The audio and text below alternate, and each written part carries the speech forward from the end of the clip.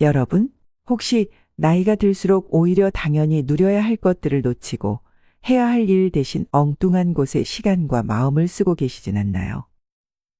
오늘은 그래서 의외로 잘 모르는 나이 들수록 반드시 멀리해야 할 세 가지를 말씀드리려 합니다. 이 세 가지를 모르고 지내면 우울과 불안, 쓸데없는 소비에 묶여버릴 수도 있습니다. 특히 첫 번째는 지금 당장 거리두기를 권하고 싶을 정도로 우리의 삶을 조용히 좀먹는 위험한 태도인데요. 대체 뭘까요? 생각보다 간단한 변화로 내 삶을 진짜 소중한 것들로 채울 수 있으니 하루라도 빨리 더 늦기 전에 문제를 직시하고 이것만큼은 꼭 멀리 하시길 바랍니다. 주제가 마음에 드신다면 구독, 좋아요, 클릭 한 번씩 부탁드립니다.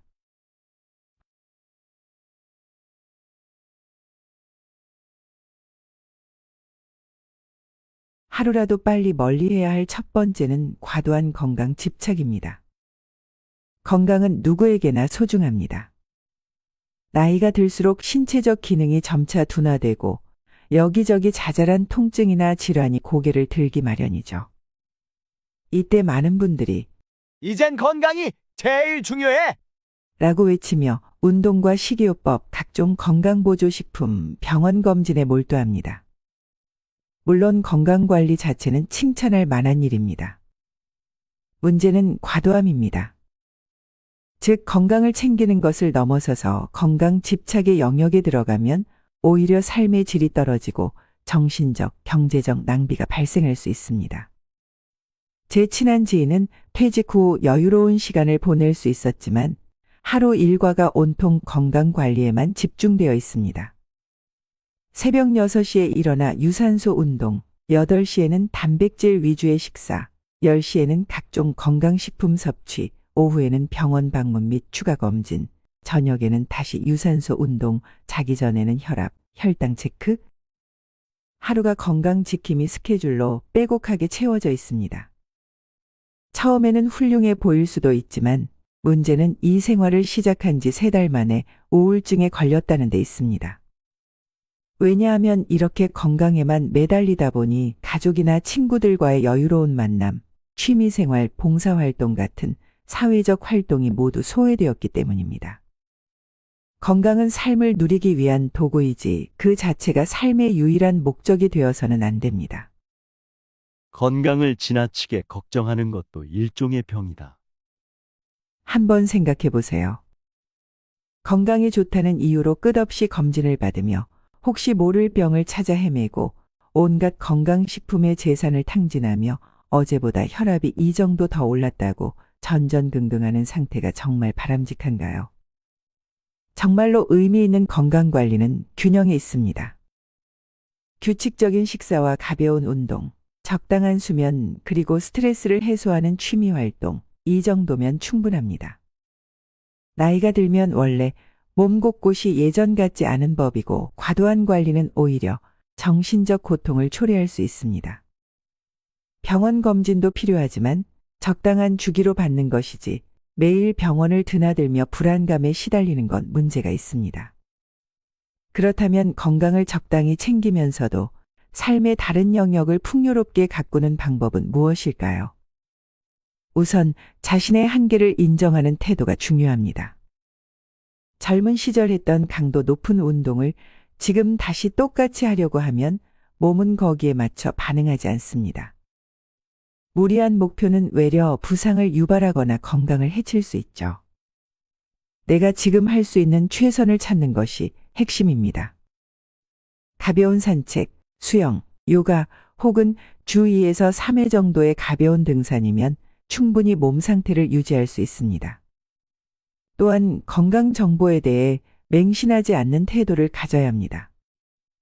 TV, 유튜브, 인터넷에는 온갖 건강 비법, 기적의 치료법, 검증되지 않은 민간요법들이 넘쳐납니다. 일부는 유용한 정보일 수도 있지만 많은 경우 지나치게 과장되거나 상업적인 목적으로 만들어진 홍보성 콘텐츠일 수 있습니다. 이 음식만 먹으면 10년 더 산다. 이 약초만 있으면 만병통치. 이런 허황된 주장에 혹하면 시간과 돈을 낭비하는 것은 물론 심하면 건강을 해치는 일까지 벌어질 수 있습니다.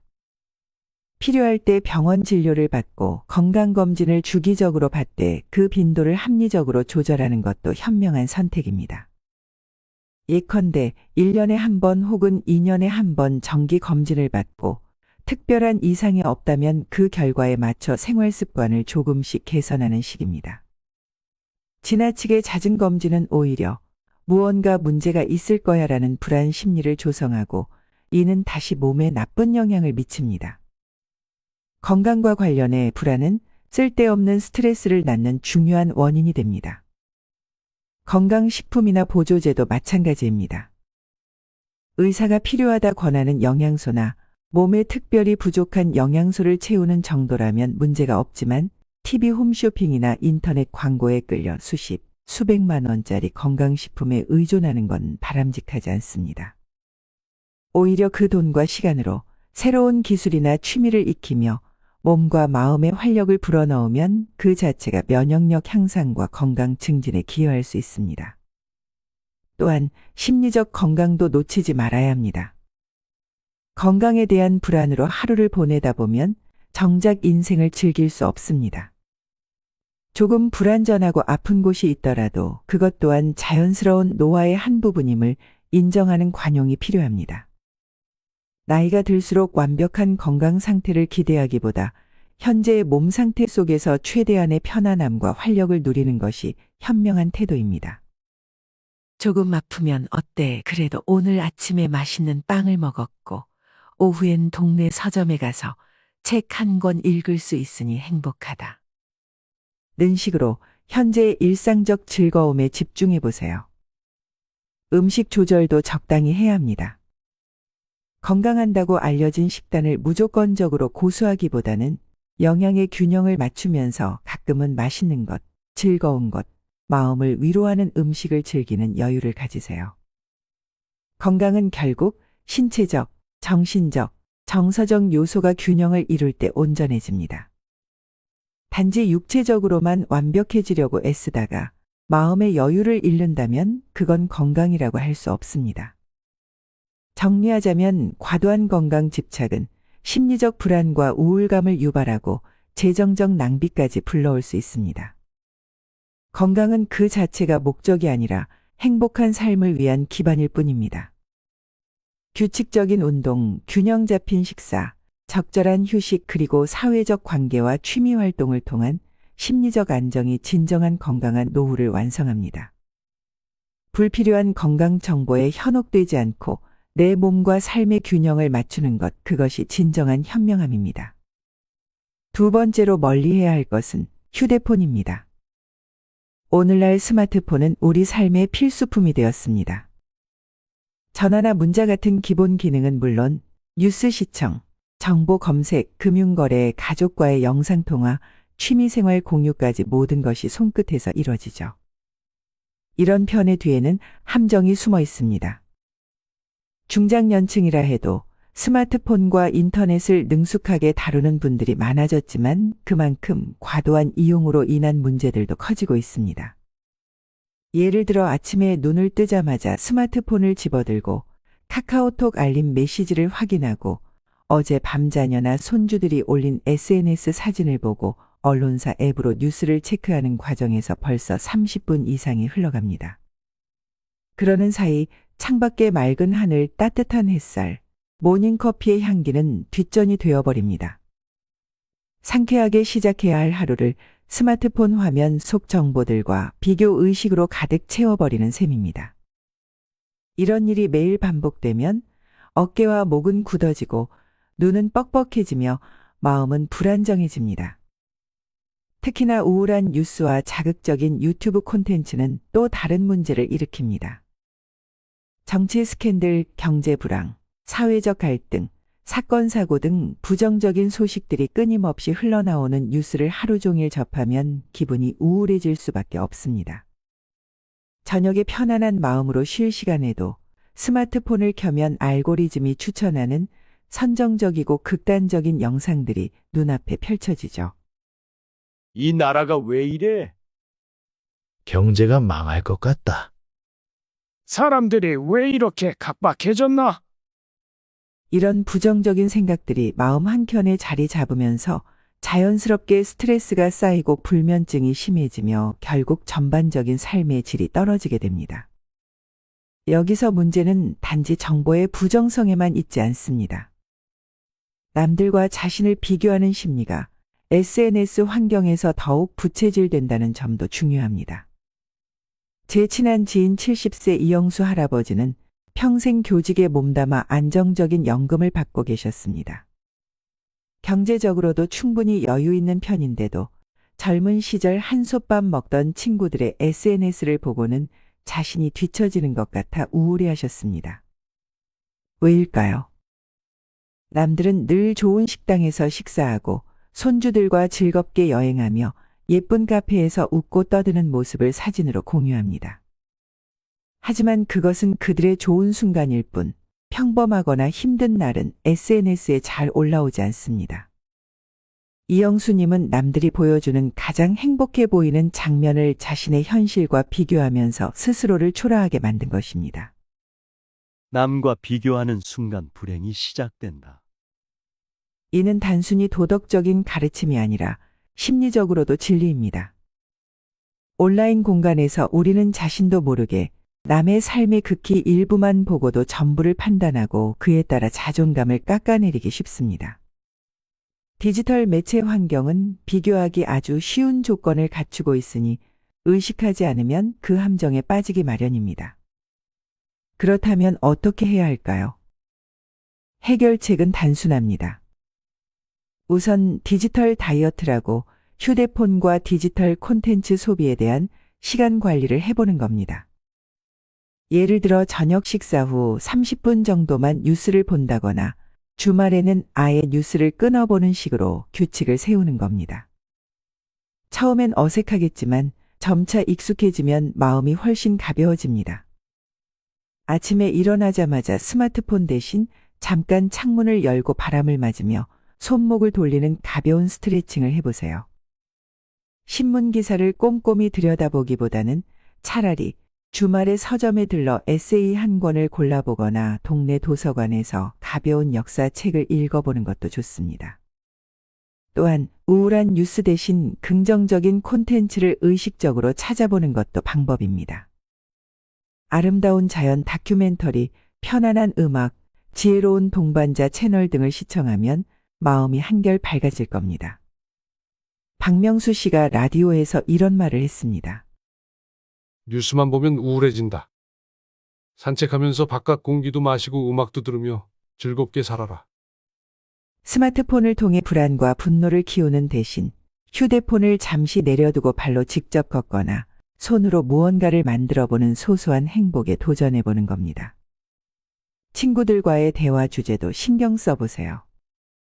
매일 아침 카페에서 만나 정치나 경제 소식에 한숨 짓는 대신 어제 저녁에 조금 걸었더니 허리가 덜 아프더라. 최근에 발견한 꽃집에서 튤립 한 다발 사왔는데 집 분위기가 밝아졌어. 이런 긍정적이고 일상적인 이야기를 나눠보는 거죠. 대화 중간중간 스스로에게 묻습니다. 이 이야기가 나를 기분 좋게 만드나? 아니면 더 우울하게 만드나? 여기서 한 가지 중요한 점은 디지털 매체 사용을 극단적으로 끊으라는 말이 아니라는 것입니다. 스마트폰은 우리의 삶을 풍요롭게 만드는 도구입니다. 문제는 과도함과 부정적 정보의 범람입니다. 그것을 의식적으로 조절할 때 스마트폰과 우리는 건강한 관계를 유지할 수 있습니다. 하루 중 일부 시간은 휴대폰을 아예 다른 방에 두고 잠깐이라도 자연과 교감하거나 몸을 움직여 보세요. 눈 건강에도 좋고 정신적 안정에도 도움이 됩니다. 한 발 더 나아가 인터넷에 익숙하지 않았던 시절을 떠올려 보시는 것도 좋습니다. 그때 우리는 더 많은 시간을 실제 인간관계에 투자했고 자신의 취미나 관심사에 집중했습니다. 편지나 전화 한 통에 담긴 정성, 직접 읽은 책 한 권에 담긴 깊은 사유가 오히려 지금 우리에게 더 큰 만족을 줄 수 있습니다. 디지털 시대에도 이런 아날로그적 가치들을 잊지 않는다면 스마트폰의 활용은 더 알차고 의미 있어질 것입니다. 정리하자면 과도한 휴대폰 및 디지털 매체 사용은 우리의 눈과 목을 피로하게 하고 마음까지 황폐하게 만들며 비교 의식과 우울감을 키웁니다. 우울한 뉴스와 자극적인 유튜브 콘텐츠에 지나치게 노출되면 삶에 대한 긍정적 전망이 사라지고 불면증이나 스트레스와 같은 심리적 문제가 생길 수 있습니다.